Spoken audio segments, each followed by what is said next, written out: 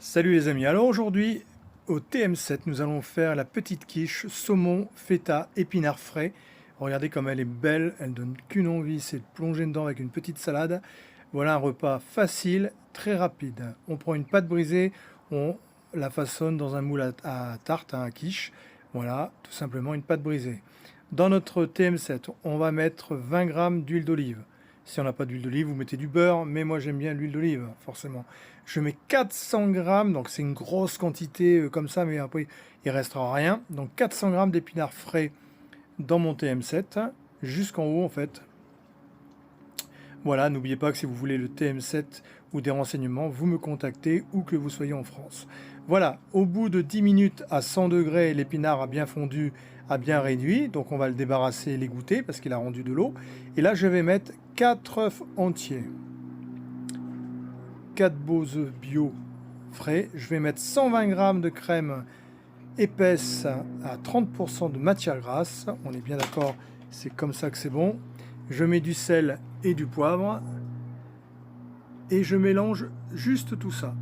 Une fois que j'ai bien mélangé, je rajoute mes épinards dedans juste pour remélanger le tout avec la crème et les œufs parce que ça va nous servir de fond de tarte tout à l'heure pour mettre au fond de la tarte. Voilà, donc là je mélange tout ça vite fait 10 secondes. Et maintenant, voilà, ça c'est bien mélangé. Je prends ma tarte. Là, j'ai coupé 300 g de feta, 180 g de saumon et 10 g d'anettes fraîches. Tout ça est frais. Donc, on met la préparation avec les épinards, les œufs, la crème au fond du moule de notre pâte.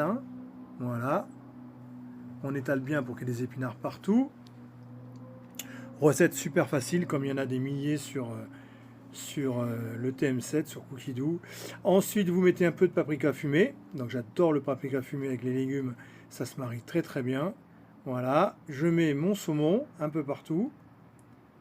Voilà, nickel. Et ensuite, la feta par-dessus. Je mets mon four à 180 degrés pour qu'il soit bien chaud quand j'aurai fini de mettre toute la feta et la nette par-dessus. Voilà, on dispose tout par-dessus, ce qui fait qu'à la fin, la quiche est très jolie parce qu'il reste tous les morceaux apparents. C'est pas une quiche qui est recouverte par l'appareil, par la crème et les œufs, et du coup, ça reste quelque chose de très esthétique à la fin de la cuisson. Voilà, donc là, elle est prête à être enfournée. Voilà. Donc là, déjà, rien que comme ça, crue, elle est magnifique.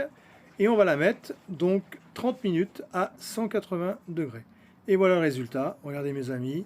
C'est magnifique, ça donne envie, une petite salade et le tour est joué. Merci à vous et n'oubliez pas de me contacter si vous voulez des renseignements